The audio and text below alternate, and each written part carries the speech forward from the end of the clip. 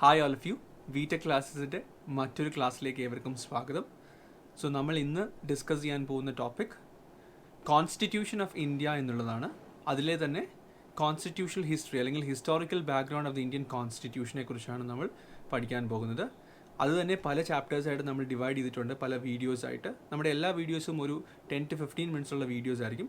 ഈ എല്ലാ വീഡിയോസിനെയും കൂടെ കോർത്തിണക്കി നമ്മളൊരു പ്ലേലിസ്റ്റ് ആക്കി ഇടുന്നതാണ്. ആ പ്ലേലിസ്റ്റിൽ നിങ്ങൾക്ക് പോയി കഴിഞ്ഞാൽ ആ കംപ്ലീറ്റ് ആയിട്ടുള്ള ചാപ്റ്ററിൻ്റെ എല്ലാ വീഡിയോസും കിട്ടുന്നതാണ്. സോ എനിവേസ് നമുക്ക് കോൺസ്റ്റിറ്റ്യൂഷൻ ഓഫ് ഇന്ത്യയുടെ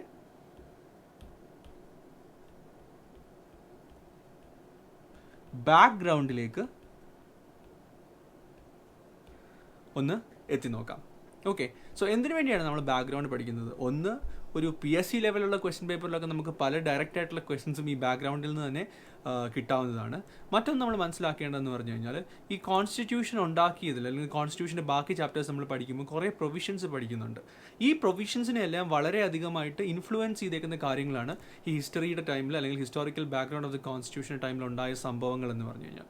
അതുകൊണ്ട് തന്നെ നമ്മൾ ഓരോ കോൺസെപ്റ്റ്സ് ഇനി അങ്ങോട്ട് ഫ്രണ്ടിലോട്ട് പോകുമ്പോൾ മനസ്സിലാക്കണം എന്നുണ്ടെന്നുണ്ടെങ്കിൽ എന്തുകൊണ്ട് അല്ലെങ്കിൽ ഈ കോൺസെപ്റ്റ് എവിടെ നിന്ന് ഉത്ഭവിച്ചു എന്നുള്ളൊരു കാര്യം നമ്മൾ മനസ്സിലാക്കേണ്ടതായിട്ട് വരും. അതിനുവേണ്ടിയാണ് മെയിൻലി ഹിസ്റ്റോറിക്കൽ ബാക്ക്ഗ്രൗണ്ടിനെ കുറിച്ച് പഠിക്കുന്നത്. സോ ഹിസ്റ്റോറിക്കൽ ബാക്ക്ഗ്രൗണ്ടിൽ കുറേ, അതായത് ബ്രിട്ടീഷേഴ്സ് ഇന്ത്യയിൽ വന്നതിന് ശേഷം ബ്രിട്ടീഷ് പാർലമെൻറ്റ് ഇന്ത്യക്ക് വേണ്ടി പാസ്സാക്കിയ കുറേ ആക്ട്സിനെ കുറിച്ച് അല്ലെങ്കിൽ റെഗുലേഷൻസിനെ കുറിച്ചാണ് നമ്മൾ പഠിക്കുന്നത്. സോ ഈ റെഗുലേഷൻസിലേക്ക് വരുന്നതിന് മുമ്പേ തന്നെ ഇതിൻ്റെ ജസ്റ്റ് ഒരു ബ്രീഫ് ഇൻട്രൊഡക്ഷൻ ആയിരിക്കും ഇന്നത്തെ വീഡിയോ എന്ന് പറയുന്നത്. ഓക്കെ, സോ നമുക്കറിയാം ആദ്യമായിട്ട് ആക്ച്വലി പോർച്ചുഗീസുകാർ ആക്ച്വലി ഈ ഇന്ത്യയിൽ വന്നു. ഇന്ത്യയിൽ ആദ്യമായിട്ട് വന്നൊരു കൊളോണിയൽ പവർ എന്ന് പറഞ്ഞാൽ പോർച്ചുഗീസ് ആയിരുന്നു, അല്ലെ? വാസ്കോ ഡ ഗാമ 1498 വന്നു.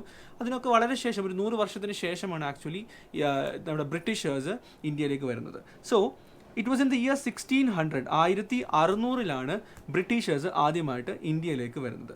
അവർ വന്നപ്പോഴത്തേനും they came as the East India company, EIA അല്ലെങ്കിൽ ഈസ്റ്റ് ഇന്ത്യ കമ്പനി ആയിട്ടാണ് എന്നുള്ള പേരിലാണ് ബ്രിട്ടീഷേഴ്സ് ഇങ്ങോട്ട് വന്നത്. ഓക്കെ, സോ ഇവരുടെ രാജ്യത്ത്, അതായത് ബ്രിട്ടൻ എന്ന് പറഞ്ഞ സ്ഥലത്ത് Queen Elizabeth I, okay, Queen Elizabeth I എന്ന് പറയുന്ന രാജ്ഞിയായിരുന്നു ആ സമയത്ത് ഭരിച്ചുകൊണ്ടിരുന്നത്. സോ ഈ രാജ്ഞി എന്ത് ചെയ്തെന്ന് വെച്ച് കഴിഞ്ഞാൽ ഈ നമ്മുടെ ഈസ്റ്റ് ഇന്ത്യ കമ്പനിക്ക് ഒരു ചാർട്ടർ എന്ന് പറയുമ്പോഴത്തേനും അവർക്കൊരു ഇത് കൊടുക്കുന്ന പോലെ, ഒരു ഗിഫ്റ്റ് കൊടുക്കുന്ന പോലെ പറഞ്ഞു, അല്ലെങ്കിൽ ഒരു എഴുതി കൊടുക്കുക എന്ന് നമ്മൾ പറയില്ലേ, നമ്മൾ മുദ്രപത്രത്തിൽ എഴുതി കൊടുക്കുക എന്ന് പറയില്ല, അതുപോലെയാണ് ഒരു ചാർട്ടർ എന്ന് പറയുന്നത്.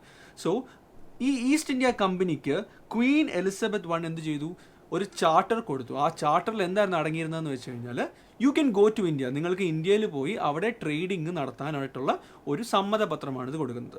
സോ ആ ചാർട്ടറിൽ ഒരു കാര്യം പറഞ്ഞു, ബ്രിട്ടനിൽ നിന്ന് വേറൊരു കമ്പനിയും ആക്ച്വലി അവിടെ വന്ന് നിങ്ങളുടെ കാര്യത്തിൽ ഇൻ്റർഫിയർ ചെയ്യില്ല, നിങ്ങൾക്കാണ് പൂർണ്ണമായിട്ടുള്ള റൈറ്റ് തന്നിരിക്കുന്നത്. So that you can go to India and trade.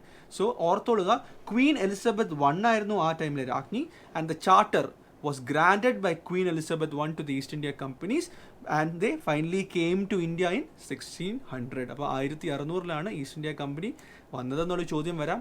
അതുപോലെ തന്നെ ആ സമയത്ത് ആരാണ് ചാർട്ടർ കൊടുത്തു എന്നുള്ളൊരു ചോദ്യം വരാം. ആ ചോദ്യത്തിന് ക്വീൻ എലിസബത്ത് I എന്നുള്ളതാണ് ഉത്തരം. അതുപോലെ തന്നെ ഈസ്റ്റ് ഇന്ത്യ കമ്പനിക്ക് കൊടുത്ത ആ ചാർട്ടർ പ്രകാരം അവർ 1600 ഇന്ത്യയിലേക്ക് എത്തി കഴിഞ്ഞു. സോ ഈ ചാർട്ടർ പ്രകാരം ഈസ്റ്റ് ഇന്ത്യ കമ്പനിക്ക് exclusive rights of trading in India ഉണ്ടായിരുന്നു എന്നുള്ള കാര്യം നമ്മൾ പറഞ്ഞു. ഓക്കെ, നൗ ഇതെല്ലാം കഴിഞ്ഞു. ഇവിടെ വന്നതിന് ശേഷം നമ്മൾ ഹിസ്റ്ററിയിൽ പഠിക്കുന്നുണ്ട്, ജഹാംഗീറിൻ്റെ കോർട്ടിൽ പോകുന്നു, തോമസ് ബെസ്റ്റ് വരുന്നു, അങ്ങനെ പല പല പല കാര്യങ്ങൾ സംഭവിക്കുന്നുണ്ട്. അങ്ങനെ അവസാനം ബ്രിട്ടീഷേഴ്സ് പതുക്കെ ഇന്ത്യനെ കീഴടക്കാനായിട്ട് തുടങ്ങി. കീഴടക്കുന്ന ഇനീഷ്യൽ ടൈമിൽ ബ്രിട്ടീഷ് ഗവൺമെൻറ് ഡയറക്റ്റായിട്ടല്ല ഇവിടെ ഇരിക്കുന്നത്. ആരാണ് ഇവിടെ ഇരിക്കുന്നത്? East India company. അതൊരു പ്രൈവറ്റ് കമ്പനിയാണ്, അല്ലേ? ആ പ്രൈവറ്റ് കമ്പനിയാണ് ഇവിടുത്തെ കാര്യങ്ങൾ നോക്കുന്നത്. സോ ആ പ്രൈവറ്റ് കമ്പനി അങ്ങനെ സ്ലോലി റൂൾ ചെയ്യാൻ തുടങ്ങി. അപ്പോൾ 1600 സ്റ്റാർട്ട് ചെയ്തു. ഒരു സ്ഥലത്ത് കമ്പനി വരുന്നു, മുസ്ലിപട്ടണത്തിൽ വരുന്നു, അവിടുന്ന് കണ്ണന്നൂർ വരുന്നു, കേരളത്തിൻ്റെ പല ഭാഗങ്ങളിൽ വരുന്നു. അങ്ങനെ വെസ്റ്റ് ബംഗാളിനെ അവർ മേജറായിട്ട്, കൊൽക്കത്ത, ആ റീജിയനെ ഭയങ്കരമായിട്ട് അവർ കൈയടക്കുന്നു. അങ്ങനെയുള്ള കാര്യങ്ങളെല്ലാം വന്നു. അങ്ങനെ 1600 ശേഷം 1765 വരെ നോർമലായിട്ട് അവർ കുറേയൊക്കെ ട്രേഡിംഗ് പർപ്പസസിന് വേണ്ടി മാത്രം പോയി. ഇനി 1765 ഒരു ഇമ്പോർട്ടൻറ്റ് ഇവൻ്റ് ഉണ്ടായി. അതായത് east India company obtained the diwani rights. Just ഓർത്തിരിക്കുക, 1765 ഈസ്റ്റ് ഇന്ത്യ കമ്പനിക്ക് ദിവാനി റൈറ്റ്സ് കിട്ടി 3 സ്ഥലങ്ങളിൽ. എവിടെയൊക്കെയാണ്? ബംഗാൾ, ഒറീസ ആൻഡ് ബീഹാർ. സോ ഇതൊരു ഇമ്പോർട്ടൻറ്റ് ഇവൻ്റ് ആണ് നമ്മുടെ കോൺസ്റ്റിറ്റ്യൂഷൻ മേക്കിങ്ങിൻ്റെ ഹിസ്റ്ററി നോക്കുകയാണെന്നുണ്ടെങ്കിൽ 1765 ബേസിക്കായിട്ട് നമ്മുടെ ഈസ്റ്റ് ഇന്ത്യ കമ്പനിക്ക് ദിവാനി റൈറ്റ്സ് കിട്ടുന്നു. എവിടെയൊക്കെ? 1 ബംഗാൾ, 2 ഒറീസ, 3 ബീഹാർ. അപ്പോൾ നിങ്ങൾക്കൊരു ചോദ്യം ചോദിക്കാം, എന്താണ് ഈ ദിവാനി റൈറ്റ്സ്? ദിവാനി റൈറ്റ്സ് എന്ന് പറഞ്ഞാൽ ഇതുവരെ അവർ പ്യുവറായിട്ട് ട്രേഡിംഗ് മാത്രമാണ് ചെയ്തുകൊണ്ടിരുന്നത്. പക്ഷെങ്കിൽ ഈ ദിവാനി റൈറ്റ്സ് കിട്ടിയത് കൂടെ they got the rights over civil justice. Civil justice എന്ന് പറയുമ്പോൾ നമുക്കറിയാലോ, സിവിൽ റിലേറ്റഡ് ആയിട്ടുള്ള മാറ്റേഴ്സ്. സിവിൽ ജസ്റ്റിസും റവന്യൂവിനും ഓവറായിട്ടുള്ള ഒരു അധികാരം ഈസ്റ്റ് ഇന്ത്യ കമ്പനിക്ക് കിട്ടുന്നു. അതിനെയാണ് നമ്മൾ ദിവാനി റൈറ്റ്സ് എന്ന് വിളിക്കുന്നത്. 1765 എന്ന വർഷത്തിലാണ് ഈ Deewani rights 3 റീജിയൻസിലെ ബംഗാളിലെയും ബീഹാറിലെയും ഒറീസയിലെയും Deewani rights company obtain ചെയ്യുന്നു എന്നുള്ളതാണ് ഏറ്റവും ഇമ്പോർട്ടൻ്റ് ആയിട്ടുള്ള ഇവൻ്റ് എന്ന് പറയുന്നത്. ദിവാനി റൈറ്റ്സിന് ശേഷം കമ്പനിക്ക് കുറച്ചുകൂടെ കൺട്രോളായി നമ്മുടെ ഇന്ത്യയിൽ. അങ്ങനെ അവർ ഫൈനലി എന്ത് സംഭവിച്ചു എന്ന് വെച്ച് കഴിഞ്ഞാൽ 1857 ഒരു ഇമ്പോർട്ടൻറ്റ് ഇവൻറ്റ് സംഭവിച്ചു. എന്താണത്? എല്ലാവർക്കും അറിയാലോ, 1857 ദ റിവോൾട്ട് ഓഫ് 1857 നമ്മൾ ഹിസ്റ്ററിയിൽ വളരെയധികമായിട്ട് പഠിച്ചിട്ടുള്ളതാണല്ലോ. അല്ലെങ്കിൽ it is called as the first war of independence. First war of independence. So 1857 sepoy mutiny അല്ലെങ്കിൽ റിവോൾട്ട് ഓഫ് 1857 അല്ലെങ്കിൽ ഫസ്റ്റ് വാർ ഓഫ് ഇൻഡിപെൻഡൻസ് എന്നാണ് നമ്മൾ വിളിക്കുന്ന വലിയൊരു ഇവൻ്റ് ഉണ്ടായി.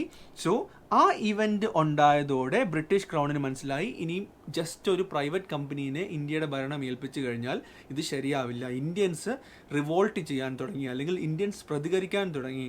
സോ ഐ ഹാവ് ടു, അതായത് British crown has to interfere into the governance. So 1857 ശേഷം കമ്പനീനെ മാറ്റി ആര് ഇതിലേക്ക് വരുന്നു? ആര് ഭരണത്തിലേക്ക് വരുന്നു?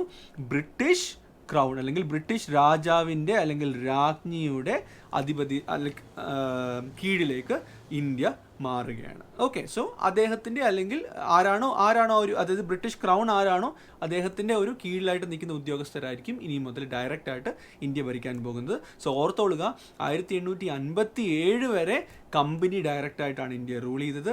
1857 ശേഷം, അതായത് സീപോയ് മ്യൂട്ടനി അല്ലെങ്കിൽ ഫസ്റ്റ് വാർ ഓഫ് ഇൻഡിപെൻഡൻസ് നടന്നതിന് ശേഷം ഡയറക്റ്റ് ആയിട്ടുള്ള കൺട്രോള് കമ്പനിയുടെ കയ്യിൽ നിന്നും നമ്മുടെ ബ്രിട്ടീഷ് ക്രൗണിൻ്റെ കയ്യിലേക്ക് പോയി എന്നുള്ളതാണ്. ഓക്കെ, ഇത് അങ്ങനെ ബ്രിട്ടീഷ് ക്രൗൺ എന്ന് വരെ ഭരിച്ചു? 1947 നമുക്ക് ഇൻഡിപെൻഡൻസ് കിട്ടുന്നത് വരെ ബ്രിട്ടീഷ് ക്രൗൺ ടോട്ടലി ഭരിച്ചു. ഓക്കെ, നൗ ഇവിടെയാണ് നമ്മുടെ കോൺസ്റ്റിറ്റ്യൂഷൻ്റെ സാധനം തുടങ്ങുന്നത്. ഓക്കെ, 1947 ഇന്ത്യക്ക് ഇൻഡിപെൻഡൻസ് കിട്ടി അല്ലേ? 1947 ഇന്ത്യക്ക് ഇൻഡിപെൻഡൻസ് കിട്ടി. ഇൻഡിപെൻഡൻസ് എന്ന് പറഞ്ഞാൽ എന്താണ്? ഒരു സ്വാതന്ത്ര്യം. അതായത് ഇനി മുതൽ നമ്മൾ ബ്രിട്ടീഷേഴ്സിൻ്റെ കീഴിലല്ല, നമ്മൾ സ്വന്തമായിട്ടൊരു രാജ്യമാണ്. സ്വന്തമായിട്ടൊരു രാജ്യം ഫ്രണ്ടിലോട്ട് പോകണമെന്നുണ്ടെങ്കിൽ അതിനൊരു ഭരണഘടന വേണമല്ലോ, ഒരു കോൺസ്റ്റിറ്റ്യൂഷൻ വേണമല്ലോ. Therefore the need for A constitution came up അല്ലേ? ഇന്ത്യ സ്വാതന്ത്ര്യം ആക്ച്വലി കൈവരിച്ചിരിക്കുന്നു. സോ ഇനി മുതൽ നമുക്ക് എന്ത് വേണം? ഒരു ഭരണഘടന വേണം. കാരണം അതൊരു ഡെമോക്രസിയാണ് അല്ലേ? ഡെമോക്രസി കൺട്രി ഫ്രണ്ടിലോട്ട് പോകണമെന്നുണ്ടെങ്കിൽ എല്ലാത്തിനും ഒരു റൂൾ ആൻഡ് റെഗുലേഷൻ വേണമല്ലോ. ആ റൂൾ ആൻഡ് റെഗുലേഷനെ ബേസ് ചെയ്യുന്നത് എന്തിനെയാണ് ബേസ് ചെയ്യുന്നത്? ഭരണഘടനയെ. സോ നമുക്ക് ഭരണഘടനയെ വേണം. അപ്പോൾ നമുക്ക് ഇവിടെ ഒരു ക്വസ്റ്റ്യൻ വരും, ഈ 1947 വരെ നമ്മൾ വെയിറ്റ് ചെയ്യുമായിരുന്നോ? നമ്മൾ ഇത്രയും കിടന്ന് നമ്മൾ പൊരുതി അല്ലേ? ബ്രിട്ടീഷേഴ്സിനോട് പൊരുതിയിട്ടുണ്ടായിരുന്നു നമ്മുടെ പല കാര്യങ്ങളിലും, അതായത് നമുക്ക് ഇൻഡിപെൻഡൻസ് കിട്ടാൻ വേണ്ടി. അപ്പം എന്തെങ്കിലും ഇൻഡിപെൻഡൻസ് കിട്ടുമെന്നുള്ള കാര്യം നമ്മൾ അസ്യൂം ചെയ്തിട്ടുണ്ട്. സോ അന്ന് കിട്ടുന്ന ദിവസം വരെ നമ്മൾ വെയിറ്റ് ചെയ്ത് ഒരു കോൺസ്റ്റിറ്റ്യൂഷൻ ഉണ്ടാക്കാൻ ഇല്ല.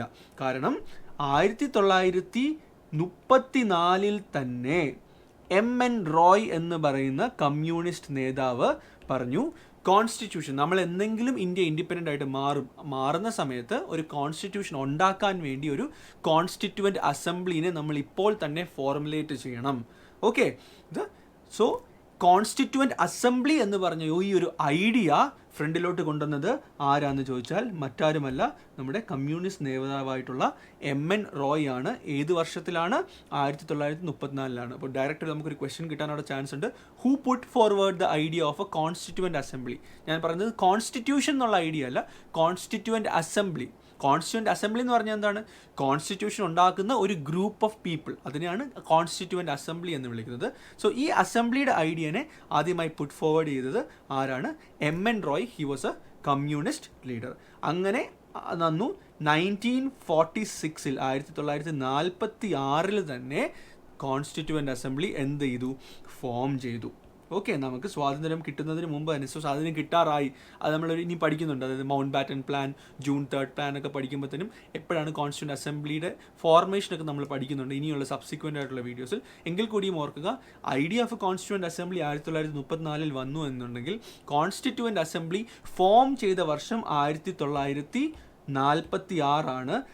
തെറ്റരുത്. മറ്റൊന്നും കണ്ടല്ലോ, ഒരുപക്ഷെ നമ്മൾ ഓർക്കും 1947 നമുക്ക് സ്വാതന്ത്ര്യം കിട്ടി, അപ്പോൾ അതിനുശേഷമായിരിക്കത്തില്ലേ നമ്മൾ കോൺസ്റ്റിറ്റ്യൂന്റ് അസംബ്ലി ഫോം ചെയ്തത്? അല്ല, ഓർത്ത് വെച്ചുകൊള്ളുക, ഡയറക്റ്റായിട്ട് ക്വസ്റ്റ്യൻ കിട്ടാൻ ചാൻസ് ഉണ്ട്. The constituent assembly was formed in the year 1946. 1946 constituent assembly form ചെയ്തത്. കോൺസ്റ്റിറ്റ്യൂന്റ് അസംബ്ലി ഫോം ചെയ്തു. 2 വർഷവും 11 ദിവസവും 11 മാസവും 8 ദിവസവും ഇരുന്നിട്ട് അവർ ഒരു കോൺസ്റ്റിറ്റ്യൂഷനെ എഴുതിയെടുത്തു അല്ലേ. പല കാര്യങ്ങളും ഡിസ്കസ് ചെയ്തു. പല കൺട്രീസിൽ നിന്നുള്ള നമ്മൾ നല്ല നല്ല കാര്യങ്ങളെ നമ്മളിവിടെ ഇൻകോർപ്പറേറ്റ് ചെയ്തു. അങ്ങനെ കുറേ വർഷങ്ങൾക്ക് ശേഷം നമ്മൾ കോൺസ്റ്റിറ്റ്യൂഷനെ ഡെവലപ്പ് ചെയ്തു. എന്നിട്ട് ഈ കോൺസ്റ്റിറ്റ്യൂഷൻ ഇതിലോട്ട് വരണമല്ലോ, അതായത് കോൺസ്റ്റിറ്റ്യൂഷൻ പവറിലേക്ക് വരണോ, അല്ലെങ്കിൽ കോൺസ്റ്റിറ്റ്യൂഷൻ നമ്മൾ അഡോപ്റ്റ് ചെയ്യണമല്ലോ. സോ അങ്ങനെ കോൺസ്റ്റിറ്റ്യൂഷൻ പവറിലേക്ക് വന്നത് ഒരു റിപ്പബ്ലിക് ഡേക്കാണ്. ഓർക്കുക, 1950 ജാനുവരി 26. ഓക്കെ, സോ 1950 എന്ന് പറയുന്ന റിപ്പബ്ലിക് ഡേക്കാണ് ഈ ഒരു കോൺസ്റ്റിറ്റ്യൂഷൻ പവറിലേക്ക് വന്നതും ഇന്ത്യ ഒരു റിപ്പബ്ലിക് കൺട്രി ആയിട്ട് മാറിയത്. ഓക്കെ, സോ നിങ്ങൾക്ക് മനസ്സിലായി എന്ന് വിചാരിക്കുന്നു. ഇനിയും ഒരു കാര്യം കൂടെ ഞാൻ പറഞ്ഞുകൊള്ളട്ടെ. എങ്കിലും നമ്മൾ എന്തിനാണ് ഈ കാര്യങ്ങൾ, അതായത് ഈ ബ്രിട്ടീഷേഴ്സ് ഉള്ള സമയത്ത് എനാക്ട് ചെയ്ത ലോസിനെ കുറിച്ച് പഠിക്കുന്നതെന്നൊരു ചോദ്യം നിങ്ങൾക്ക് വന്നിട്ടുണ്ടെങ്കിൽ ഒരു കാര്യം മനസ്സിലാക്കിയെടുക്കുക. നമ്മുടെ സ്വന്തം കോൺസ്റ്റിറ്റ്യൂന്റ് അസംബ്ലി നമ്മുടെ സ്വന്തം കോൺസ്റ്റിറ്റ്യൂഷനാണ് പ്രിപ്പയർ ചെയ്തത് എങ്കിൽ കൂടിയും ഇതിൻ്റെ അകത്തുള്ള പല പ്രൊവിഷൻസും ഓൾറെഡി ഈ ബ്രിട്ടീഷേഴ്സ് നേരത്തെ ഉണ്ടാക്കിയ ആക്ട്സിലും റെഗുലേഷൻസിൽ നിന്നും കടമെടുത്തിട്ടുള്ള കുറേ കാര്യങ്ങളുണ്ട്. ഫോർ എക്സാമ്പിൾ, നമ്മൾ government of India act of 1935 കുറിച്ച് പഠിക്കുന്നുണ്ട്. സോ അതിനെ നമ്മൾ വിളിക്കുന്നത് മിനി കോൺസ്റ്റിറ്റ്യൂഷൻ എന്നാണ്. Actually blueprint of our constitution എന്നാണ് വിളിക്കുന്നത്. ഇങ്ങനെ വിളിക്കാൻ കാരണം നമ്മുടെ കോൺസ്റ്റിറ്റ്യൂഷൻ്റെ ഒരു മേജർ ബൾക്കും ഈ ബ്രിട്ടീഷേഴ്സ് പാസ്സാക്കിയ government of India act of 1935 നിന്നും കടമെടുത്തിട്ടുള്ളതാണ്. അതുകൊണ്ട് തന്നെ ഞാൻ പറഞ്ഞത്, ഇനി നമ്മൾ സബ്സിക്വൻ്റ് ആയിട്ടുള്ള അങ്ങോട്ടുള്ള കാര്യങ്ങൾ പഠിക്കുമ്പോഴത്തേനും നമുക്ക് ഒരു ചോദ്യം വരാം, ഇത് എവിടെ നിന്ന് വന്നു, ഇത് എന്തിനു വന്നു എന്നുള്ള ചോദ്യം വന്നു കഴിഞ്ഞാൽ ആ സമയത്ത് നമുക്കൊരു കൺഫ്യൂഷൻ ഉണ്ടാവാതിരിക്കാൻ വേണ്ടിയാണ് നമ്മൾ ഹിസ്റ്റോറിക്കൽ ബാക്ക്ഗ്രൗണ്ടിനെ കുറിച്ച് പഠിക്കുന്നത്. ഓക്കെ, നൗ ഇനിയും ഞാൻ നിങ്ങൾക്ക് അടുത്ത വീഡിയോസിൽ, ഇനി അങ്ങോട്ടുള്ള വീഡിയോസിൽ നമ്മൾ പഠിക്കാൻ പോകുന്ന എല്ലാ ആക്ട്സിനെ കുറിച്ചും അതുപോലെ തന്നെ റെഗുലേഷൻസിനെ കുറിച്ചും ഒരു ജസ്റ്റ് ഓവർവ്യൂ തന്നിട്ട് നമുക്ക് ഈ ഇൻട്രൊഡക്ഷൻ ക്ലാസ് ആക്ച്വലി അവസാനിപ്പിക്കാവുന്നതാണ്. ഓക്കെ, സോ ഞാൻ പറഞ്ഞു, ലോസ്, റെഗുലേഷൻസ് അല്ലെങ്കിൽ acts that happened in India prior to the constitution being formed ആണ് നമ്മളിപ്പോൾ പഠിക്കുന്നത് അല്ലേ. അതായത് കോൺസ്റ്റിറ്റ്യൂഷൻ ഉണ്ടാക്കുന്നതിന് മുമ്പായിട്ട് ബ്രിട്ടീഷ് പാർലമെൻറ്റ് ഇന്ത്യക്ക് വേണ്ടി പാസ്സാക്കിയ പല ലോസിനെ കുറിച്ചാണ് പഠിക്കുന്നത്. അപ്പം നമ്മൾ മെയിൻലി ഇവിടെ ഒരു കാര്യം വരുന്നു, അതായത് ഈ ഇൻഡിപെൻഡൻസ് കിട്ടുന്നതിന് മുമ്പേ ഉള്ള ഇവൻറ്റ്സിനെ നമ്മൾ രണ്ടായിട്ട് ഡിവൈഡ് ചെയ്യുകയാണ്. അത് നമ്മൾ ഓൾറെഡി മെൻഷൻ ചെയ്തിരുന്നു, പക്ഷെ ഒന്നും കൂടെ നമുക്കൊന്ന് പറയാം. അതായത് one is called as the company rule. Company rule എന്ന് പറയുമ്പോഴത്തേനും ഈസ്റ്റ് ഇന്ത്യ കമ്പനി ഡയറക്റ്റ് ആയിട്ട് അവരുടെ ഇവിടെയുള്ള സ്ഥലങ്ങളെ ഭരിച്ചുകൊണ്ടിരുന്ന സമയമാണ് കമ്പനി റൂൾ എന്ന് പറയുന്നത്. Next one is called as the crown rule. Crown റൂളിനെ കുറിച്ച് ഞാൻ ഓൾറെഡി പറഞ്ഞല്ലോ. ബ്രിട്ടീഷ് ഗവൺമെൻറ് അല്ലെങ്കിൽ ബ്രിട്ടീഷ് ക്രൗൺ ഡയറക്റ്റ് ആയിട്ടുള്ള ഇത് അസ്യൂം ചെയ്യുന്നു, പവർ അസ്യൂം ചെയ്യുന്നു. അത് എപ്പോഴാണ് നടന്നത്? നമ്മുടെ സീപ്പോയ് മ്യൂട്ടിനി നടന്നതിന് ശേഷം. അതുകൊണ്ട് തന്നെ ഇത് ക്രൗൺ റൂൾ എന്ന് പറയുന്നത് 1858 മുതൽ 1947 വരെയാണ്. 1858 to 1947 വരെയാണ്. That is after the sepoy mutiny to till we got independence. So company rule എന്ന് പറയുന്നത് അതിന് മുമ്പായിട്ടുള്ള ഇവൻറ്റ്സ്. സോ 1858 വരെയുള്ള ഇവൻറ്റ്സ് എന്ന് മുതൽ 1600 മുതൽ ട്രേഡേഴ്സായിട്ട് ഇംഗ്ലീഷേഴ്സ് വന്നു എങ്കിൽ കൂടിയും മേജറായിട്ടുള്ള ആക്ട്സ് പാസ് ചെയ്യാൻ തുടങ്ങിയത് റെഗുലേറ്റിംഗ് ആക്ട് ഓഫ് 1773 എന്ന് പറഞ്ഞിട്ടാണ്. നമ്മൾ ഡീറ്റെയിൽഡ് ആയിട്ട് നോക്കും. സോ എനിവേസ് 1773 മുതൽ 1858 വരെയുള്ള ടൈമിനെ നമ്മൾ കമ്പനി റൂൾ എന്നും അതുപോലെ തന്നെ 1858 മുതൽ 1947 വരെയുള്ള റൂളിനെ നമ്മൾ ക്രൗൺ റൂൾ എന്നുമാണ് വിളിക്കുന്നത്. സോ ഈ കമ്പനി റൂളിൻ്റെ അകത്ത് എന്തൊക്കെ ആക്ട്സ് പാസ്സാക്കിയെന്ന് നോക്കാം. ഒന്നാമത്തെ ആക്ട് എന്ന് പറയുന്നത് റെഗുലേറ്റിംഗ് ആക്ട് ഓഫ് 1773. ഓർക്കുക, the first act passed by the British parliament for India. ഒരു ക്വസ്റ്റ്യൻ നമുക്ക് ഡയറക്റ്റായിട്ട് കിട്ടാവുന്നതാണ്. ഓക്കെ, ബ്രിട്ടീഷ് പാർലമെൻറ്റ് ഇന്ത്യക്ക് വേണ്ടി പാസ്സാക്കിയ ആദ്യത്തെ ആക്ട് ഏതാണ് എന്ന് ചോദിച്ചു കഴിഞ്ഞാൽ അത് മറ്റൊന്നുമല്ല, റെഗുലേറ്റിംഗ് ആക്ട് ഓഫ് 1773. ഓർക്കുക. രണ്ടാമതായിട്ട് വന്നത് പിറ്റ്സ് ഇന്ത്യ ആക്ട് ആണ് വന്നത്. Pitt's India act of 1784. Okay, so ആദ്യത്തേതായിരുന്നു റെഗുലേറ്റിംഗ് ആക്ട് 1773. രണ്ടാമത്തെ ആക്ട് വന്നത് അല്ലെങ്കിൽ റെഗുലേഷൻ വന്നത് പിറ്റ്സ് ഇന്ത്യ ആക്ട് ഓഫ് 1784. അതിനുശേഷം ചാർട്ടർ ആക്ട് എന്ന് പറഞ്ഞ 2 ആക്ടുകൾ വന്നു. സോ ചാർട്ടർ ആക്ടുകൾ 2 ഉണ്ടായിരുന്നു. First one was in the year 1833 and second charter act was in the year 1853. പഠിക്കാൻ എളുപ്പമാണ്, രണ്ടും തമ്മിൽ 3 ആണ് എൻഡ് ചെയ്യുന്നത്. ഓർക്ക് 20 വർഷത്തെ ഡിഫറൻസേ ഉള്ളൂ. 1833യും അതുപോലെ തന്നെ 1853യിലും 2 ചാർട്ടർ ആക്ടുകളും ഉണ്ടായി. സോ കമ്പനി ഭരിച്ചുകൊണ്ടിരുന്ന കാലത്ത് ബ്രിട്ടീഷ് പാർലമെൻറ്റ് ഇന്ത്യക്ക് വേണ്ടി പാസ്സാക്കിയ കുറച്ച് റൂൾസ് ആണ് regulating act of 1773, Pitt's India act of 1784. 2 charter ആക്ടുകൾ 2-3 എൻഡ് ചെയ്യുന്നത്. ഏതൊക്കെയായിരുന്നു? 1833 അല്ലേ, 1833 ഓർ 1833 ആൻഡ് രണ്ടാമത്തെ 1853. അത് 2 ഓർക്കുക. അതിനുശേഷം 1857 നമ്മുടെ സീപ്പോയ് മ്യൂട്ടിനി നടന്നതിന് ശേഷം ഡയറക്റ്റായിട്ട് ബ്രിട്ടീഷ് കൺട്രോൾ ഇന്ത്യക്ക് മേൽ സ്ഥാപിച്ചതിന് ശേഷം പാസ്സാക്കിയ ഒരു 5 ലോസ് ഉണ്ട്. അതിനകത്ത് ഒന്നാമത്തെ laws government of India act of 1858 ആണ്. Act of good government of India എന്നൊക്കെ നമ്മൾ വിളിക്കുന്ന ഒരു ആക്ടാണ്. ഇതിനെക്കുറിച്ച് ഈ പറയുന്ന ആക്ട്സിനെ കുറിച്ച് എല്ലാമാണ് നമ്മൾ സബ്സിക്വൻ്റ് ആയിട്ടുള്ള വീഡിയോസിൽ പഠിക്കാൻ പോകുന്നത്. നിങ്ങൾക്ക് ജസ്റ്റ് ഒരു ഐഡിയ കിട്ടാനാണ് ഞാനിത് പറയുന്നത്. രണ്ടാമത്തെ ഇന്ത്യൻ കൗൺസിൽസ് ആക്ട് എന്നാണ് പറയുന്നത്. അതും ഇതുപോലെ 3 ഉണ്ടായിരുന്നു. ഇന്ത്യൻ കൗൺസിൽസ് ആക്ട് 3 ഉണ്ടായിരുന്നു. ഏതൊക്കെ വർഷങ്ങളിലാണെന്ന് പറഞ്ഞാൽ 1861, 1892 ആൻഡ് 1909. അത് നമുക്ക് അറിയാവുന്നതാണ്. 1909 അല്ലേ, മോർലെ മിൻറ്റോ റിഫോംസ് എന്നൊരു പക്ഷേ നമ്മൾ പഠിച്ചിട്ടുള്ളതായിരിക്കും. എനിവേസ് ഓർക്കുക, Indian councils acts, how many Indian councils acts were there എന്നൊരു ക്വസ്റ്റൻ ചോദിച്ചാൽ there were 3 Indian councils acts. ഏതൊക്കെയായിരുന്നു? 1861, 1892 ആൻഡ് 1909. ഇതിനകത്ത് 1909 ആണ് ഏറ്റവും ഇമ്പോർട്ടൻ്റ് ആയിട്ടുള്ളത്. കാരണം it is called as Morley Minto reforms. അവിടെ കമ്മ്യൂണലിസത്തിൻ്റെ ഇൻട്രൊഡക്ഷൻ, ഇങ്ങനത്തെ കാര്യങ്ങളൊക്കെ നമ്മൾ പഠിക്കും. ഓക്കെ, പിന്നെ ഉള്ളത് 2 ഗവൺമെൻറ് ഓഫ് ഇന്ത്യ ആക്ടും കൂടെ ഉണ്ടായിരുന്നു. ഒന്നാമത്തെ government of India act of 1919, Montagu Chelmsford reforms എന്നുള്ള രീതിയിൽ നമ്മൾ പഠിക്കുന്നത്. ഓക്കെ, സോ 1919 ആണ് government of India act of 1919. അതിനുശേഷം ഏറ്റവും ഇമ്പോർട്ടൻ്റ് ആയിട്ടുള്ള act government of India act of 1935. So ഓർക്കുക, ഇന്ത്യൻ കൗൺസിൽസ് ആക്ട്സ് 3 ഉണ്ടായിരുന്നു. ഗവൺമെൻറ് ഓഫ് ഇന്ത്യ ആക്ടും 3 ഉണ്ടായിരുന്നു. അത് ഏതൊക്കെയായിരുന്നു? 1858 ആയിരുന്നു. അതിനുശേഷം 1990 നമ്മുടെ മൊണ്ടേഗോ ചെംസ്ഫോർഡ് റിഫോംസ്, അതിനെക്കുറിച്ച് നമ്മൾ ഡീറ്റെയിൽഡ് ആയിട്ട് പഠിക്കും. പിന്നെ നമ്മുടെ ഏറ്റവും ഇമ്പോർട്ടൻ്റ് ആയിട്ടുള്ള government of India act of 1935. ഇതാണ് നമ്മുടെ കോൺസ്റ്റിറ്റ്യൂഷനെ ഏറ്റവും അധികമായിട്ട് ഇൻഫ്ലുവൻസ് ചെയ്തേക്കുന്ന ആക്ട് എന്ന് പറയുന്നത്. ഇതിനെല്ലാം ശേഷം നമുക്ക് 1947 ഇൻഡിപെൻഡൻസ് കിട്ടുമ്പോൾ ഒരു ആക്ട് പാസ്സാക്കണമല്ലോ. അതാണ് ഇന്ത്യൻ ഇൻഡിപെൻഡൻസ് ആക്ട് ഓഫ് ഏത് വർഷമാണ്?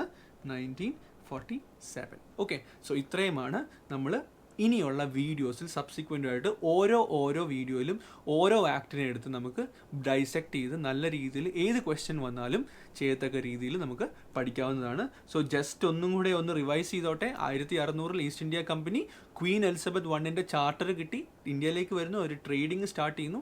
കുറേ ട്രേഡിംഗ് ഒക്കെ നടക്കുന്നു. 1765 ആയപ്പോഴത്തേനും അവർക്ക് ദിവാനി റൈറ്റ്സ് കിട്ടുന്നു 3 സ്ഥലത്തിൽ അല്ലേ, ബംഗാൾ, ബീഹാർ ആൻഡ് ഒറീസയിലെ ദിവാനി റൈറ്റ്സ് കിട്ടുന്നു.